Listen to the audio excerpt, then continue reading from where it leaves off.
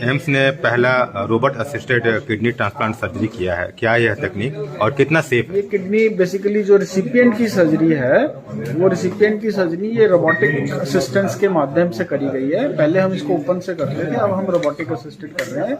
ये सर्जरी बिल्कुल सेफ है, इसमें कोई ऐसी प्रॉब्लम नहीं है। बाहर के हॉस्पिटल्स में और इवन इंडिया में भी जो कॉर्पोरेट हॉस्पिटल्स में सब कहीं ये सर्जरी रोबोटिक टेक्नोलॉजी से हो रही है। द ओनली थिंग इज कि बहुत सारे पेशेंट्स इसको अफोर्ड नहीं कर पाते हैं, तो इसलिए ये प्राइवेट हॉस्पिटल्स में क्योंकि पैसे लगते हैं तो इसलिए बहुत सारे पेशेंट्स ये अफोर्ड नहीं कर पाते, इसलिए बहुत कम हो रही है।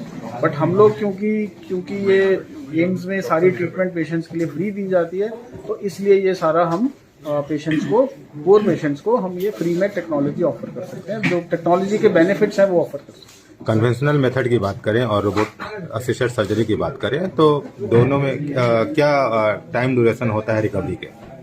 दोनों में टाइम ड्यूरेशन रिकवरी का रोबोटिक टेक्नोलॉजी में, क्योंकि इंसिजन्स छोटे होते हैं तो इसलिए जो रिकवरी है वो बहुत फास्टर होती है। पेशेंट्स को पेन बहुत कम होता है, पेशेंट घर जल्दी जा सकते हैं, पेशेंट ऑपरेशन के बाद उठ के चल फिर जल्दी सकते हैं। क्या यह सीनियर सिटीजन में भी यह तकनीक? बिल्कुल, सीनियर सिटीजन, आयुष्मान भारत के पेशेंट्स, पुअर बीपीएल की लाइन के नीचे पेशेंट्स हैं, सबके लिए ये टेक्नोलॉजी है।